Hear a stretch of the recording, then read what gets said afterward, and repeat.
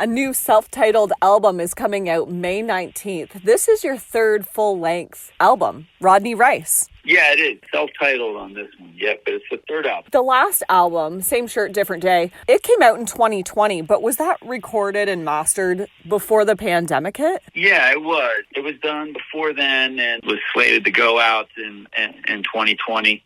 And I did that down in Austin. Still pushed it, even though I couldn't physically go out and play.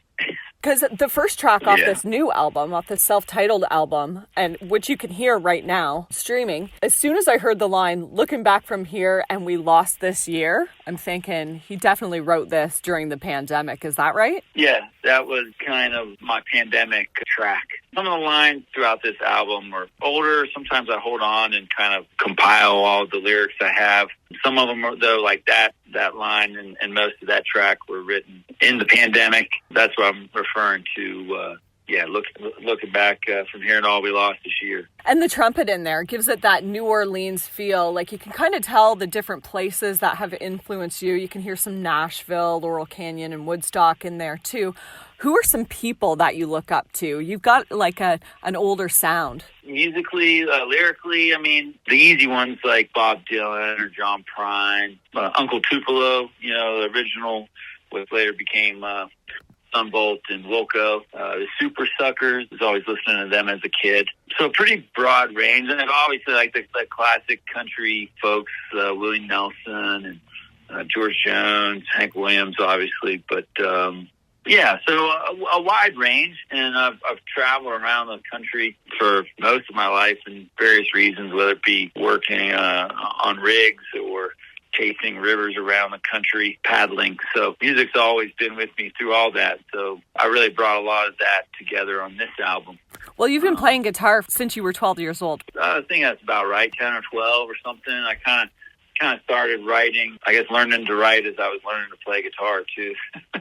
You recorded this album in Nashville, and you had some pretty awesome musicians backing you on this one. Did they help you in your other albums, your other two? Well, I had awesome musicians backing me on the first two as well, but they were out of Austin. I did the first two in Austin. And I did this album, like you said, in East Nashville at the Bomb Shelter. Yeah. And, I found the Bomb Shelter through, I think it was Hooray for the Riff Raffs album, Small Town Heroes. I was kind of just blown away by that album, everything about it. It was all really solid. And then I remember where they recorded this and found, Bomb Shelter, and it's like Mental Note. And then I know I heard the Luke Bell album, another good one, a great album. It's like you can just hear listen to it start to finish, everything's solid on it. And I saw it was Bomb Shelter too, so I was like, man, I got to get over to this place, record an album there. And heavily analog studio. Most of the stuff we did was 2-inch tape. We did some overdubs on the computer and stuff. But reel to reel? Yeah, on 2-inch tape. And so we recorded the main vibe and groove on all the tracks with that. Okay. And did a little, like the horn we overdubbed. Or some of them we may have overdubbed to tape. I can't recall. But it was mostly to tape. So, and that's kind of what led me to wanted to go to vinyl, because this is also the first record that I sent to vinyl. I really wanted to do the analog style right by sending it to vinyl, and to have a bigger platform of, the layout and the pictures and the credits, and just a bigger piece of art as opposed to, a CD or even a little icon on a streaming platform. I wanted to capture the whole thing to do the whole project justice. So. Right. The second song we're able to hear before it's released on the 19th is the Rabbit Ears Motel. Is this a real place in Texas? It's actually in Colorado. It's in Steamboat Springs, Colorado. So Texas was in the lyrics. That's why I thought it was. Yeah, Texas is in the lyrics. And Steamboat Springs used to be part of the Republic of Texas in like 1836 or something like that. So it's an honest mistake, I guess, if the thing was in Texas.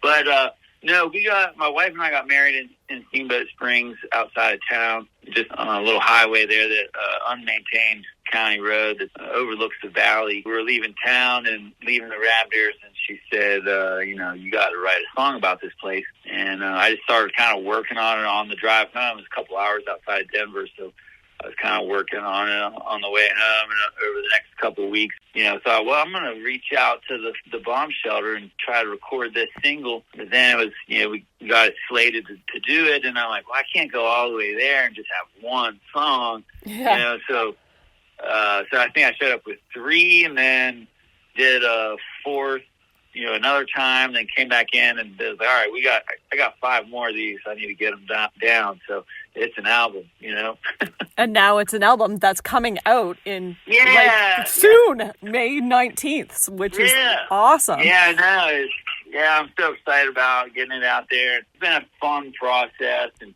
like I said, you brought up great players in Nashville. I was really lucky. Get the vinyl and you can read all about them in there, because I don't want to leave anyone out, but everyone is so great, and the artwork and the layout, we got some videos.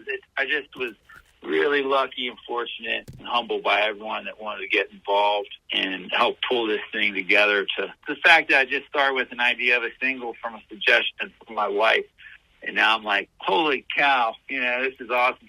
Yeah, it really is awesome. And you're going to tour with this, too. You've got 14 dates starting in Denver? Yeah, that's right. That's Denver, and we're Denver, Wyoming, and New Mexico. I'm always trying to pull more dates on there, too. Independent artist, so I'm trying to wear all the hats, and I'm constantly hustling dates. That's really competitive for artists right now, so I'm always trying to get more on the calendar. How do I get a hold of the whole album? How do I get a hold of this vinyl? Can I go on your website and purchase it? Yeah, you can go on the website and put an order in. We did 180-gram black and then a special little color blend as well. So those are available on the website, and also I think you can get them also through the digital platforms, streaming services links. Yeah, but you can definitely get them on my website, and I'd love to mail them out to everyone. Okay, and the first 2 songs off the album, if you want to hear them before it drops on May 19th, are available on the streaming apps and sites and services. Is it all of them? I heard it on Apple Music. Yeah, it's on all of them. It's on across the board. You should be able to get it on Amazon, Spotify, Pandora, Apple Music, YouTube. We have the videos, too, on YouTube, so they're fun. One of them's a live video, and we got another video coming out, too. So 2 music videos and then like a live performance video. Yeah.